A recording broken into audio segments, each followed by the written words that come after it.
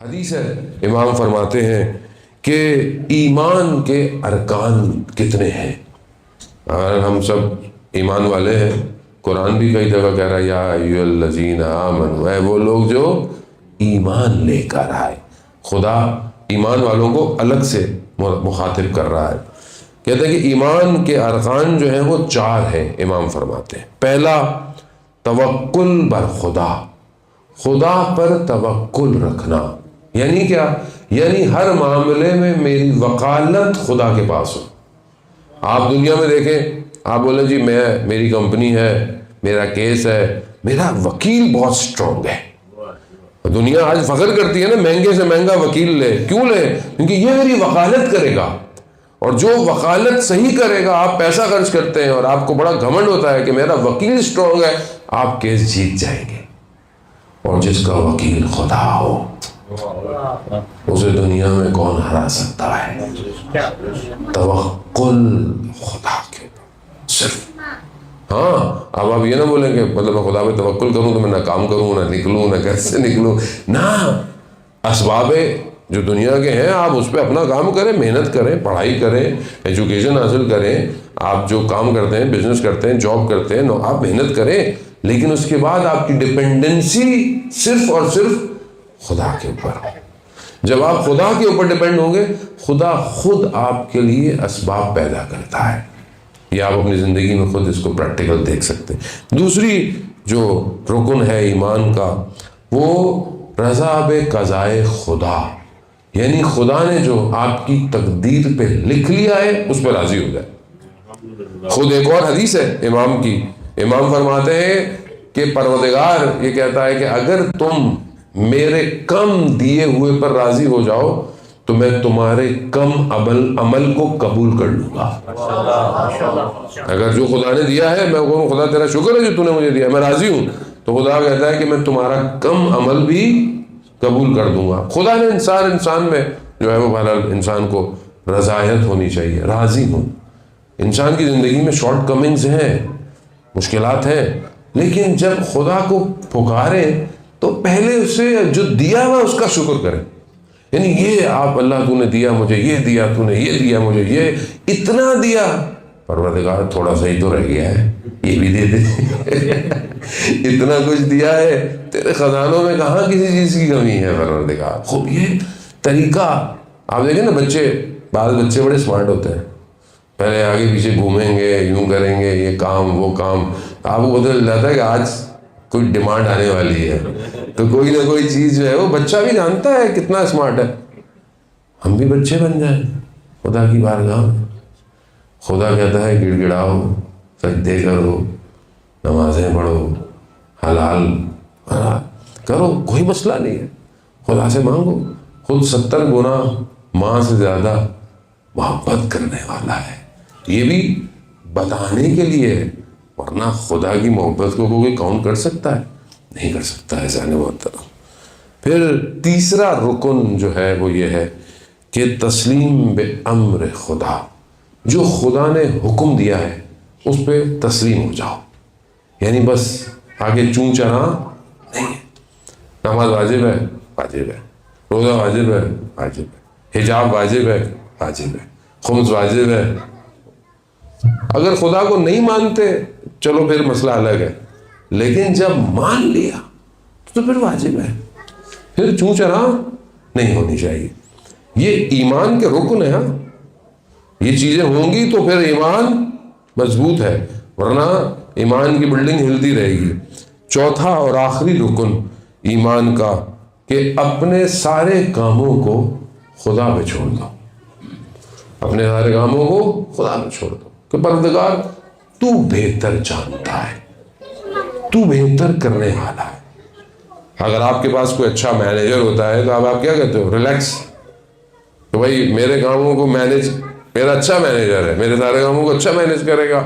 ابھی ہم ریلیکس رہتے ہیں جی، پاکستان میں مثلاً مجلسیں پڑھنی ہے تو کہاں ہوگی، کیسے ہوگی، کیا روٹ ہوگا. مینیجر اچھا ہے، سارے کام خود ٹینشن نہیں رہتی آدمی کو. اب آپ اس پہ واگزار کر دیتے ہو نا، اپنے کاموں کو اس پہ چھوڑ دیتے ہو تو وہ اچھا مینیج کرتا ہے اس کے. اب اگر آپ اپنے کاموں کو خدا پر چھوڑ دو تو خدا نہ صرف دنیا بلکہ آخرت کے سارے کاموں کو آپ کے لیے بہترین ہے۔ ایسا نہیں مطلب استاد بنایان کہتے ہیں کہ بچہ جب آئس کریم مانگتا ہے تو آپ دیکھتے ہیں اگر اس کے لیے فائدہ مند نہیں ہے تو آپ اس کو کیا کہتے ہو؟ بیٹا کل کھا لینا، کل لے لینا۔ چھوٹا بچہ ہے، اسے کل کا مفہوم نہیں پتا، کل کس کو کہتے ہیں۔ وہ اس لیے بچہ ضد کرتا ہے کیونکہ ہم بچے کی سائیکولوجی سمجھتے نہیں ہیں۔ ہم کہتے ہیں، وہ کہتا ہے، وہ ضد کر رہا ہوتا ہے، کہتا نہیں مجھے بھی چاہیے، مجھے بھی۔ اس کے لیے پتہ ہی نہیں کہ کل ہے بھی کہ نہیں ہے، لیکن جیسے وہ بڑا ہوتا ہے تو اس کو پتہ چل جاتا ہے کل کیا ہے۔ آپ بھی سمجھدار ہو جاتے ہو، آپ کیا کہتے ہو؟ بیٹا اگلے مہینے۔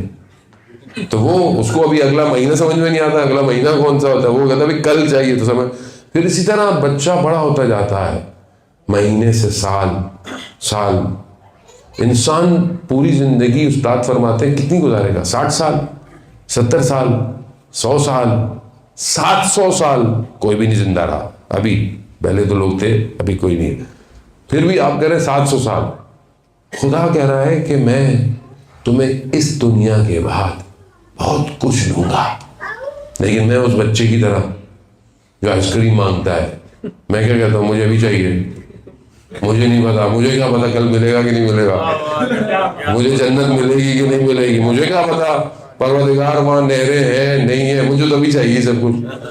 جوان کہتے ہیں مولانا صاحب عورتیں کیسی ہوں گی؟ عورتیں بھائی وہ سب ادھر نہیں رہے گا، ادھر ہمیں کیا پتا کیسے ہوگا، لیکن ہمیں بس جلدی ہے، ہمیں سب کچھ یہی چاہیے۔ عزیزان محترم، 100 سال، 70 سال، 700 سال، 700 ایئرس مائنس کتنے سال؟ جتنے سال آپ نے ادھر رہنا ہے۔ ادھر کتنا رہنا ہے آپ نے؟ کتنا رہنا ہے ادھر؟ کتنا رہنا ہے ادھر؟ تابت ہم فیہا خالدون، قرآن کہہ رہا ہے تم وہاں ہمیشہ رہو گے، ہمیشہ مائنس 700۔ کیا آئے گا جواب؟ انفینٹی، یعنی کچھ بھی نہیں ہے۔ تو کچھ بھی نہیں ہے میں ہم اتنا اپنے آپ کو ٹینشن میں ڈالے ہوئے ہیں، اور ساری ہماری ٹینشنیں کچھ بھی نہیں پر، ناراضگیاں، لڑائیاں، پریشانیاں، بھائی کچھ نہیں ہے، وہ بہت کچھ ہے۔ اس کے لیے زندہ رہو، اس کے لیے سب کچھ کرو۔ شخص بہرحال وقت بالکل نزدیک لگ گیا، جب امام نشاپور سے جا رہے تھے تو امام نے پوچھا کہ کوئی ہے جو محاسن کو درست کرے، یعنی داڑھی واڑھی۔ تو ایک شخص جو جس کا کام تھا اس نے تو امام سے پوچھا تمہاری اجرت کیا ہوگی؟ کہا نہیں مولا میں آپ سے اجرت لوں گا۔ کہا نہیں، کسی سے بھی کام کرنے سے پہلے اس سے اجرت سنت پیغمبر ہے، طے کر لینی چاہیے۔ کہا نہیں، کہا مولا نہیں۔ بہرحال بہت اس نے وہ کیا، اس نے امام کے جو ہے وہ محاسن درست کیے۔ تو جس پتھر پہ وہ اس زمانے میں وہ اس طرح ٹائپ جو بھی تھی وہ تیز کرتا تھا، تو امام نے کہا یہ پتھر دو۔ اس پتھر کو کہتے ہیں کہ امام نے سونے کا بنا دیا، سونے کا بن گیا۔ اب اسے جب ملا تو اس نے کہا مولا مجھے یہ نہیں چاہیے۔ کہا کیوں؟ مولا اسے پتھر ہی بنا دے۔ کہا پھر کیا چاہیے؟ کہا جب میرا وقت آخر ہو تو آپ آ جائیے گا۔ اللہ برائے خوشنودی امام رضا علیہ السلام صلوات اللہم صلی علی محمد وعلیہ محترم، میں نے لمبا سودا، چھوٹی چیز نہیں چاہیے، وہ چاہیے۔ اور یہ ہوا، بیان ہوتا ہے، راوی کہتا ہے کہ ہم امام کے ساتھ تشریف رکھتے تھے، کوئی جلسہ تھا، اچانک سے امام نے کہا کہ میں تھوڑی دیر میں آتا ہوں۔ امام گئے، تھوڑی دیر بعد امام سے کہا مولا کہاں گئے تھے؟ کہا وہ جو اس سے وعدہ کیا تھا اس کا وقت آخر آ گیا تھا تو اس کے پاس گیا۔ عزیزان محترم، یہی دعا ہونی چاہیے کہ جب میری روح میرے بدن سے نکلے تو میرے سامنے میرا امام ہو، بس اور کیا چاہیے انسان، یہ سب بگڑ جائے گا۔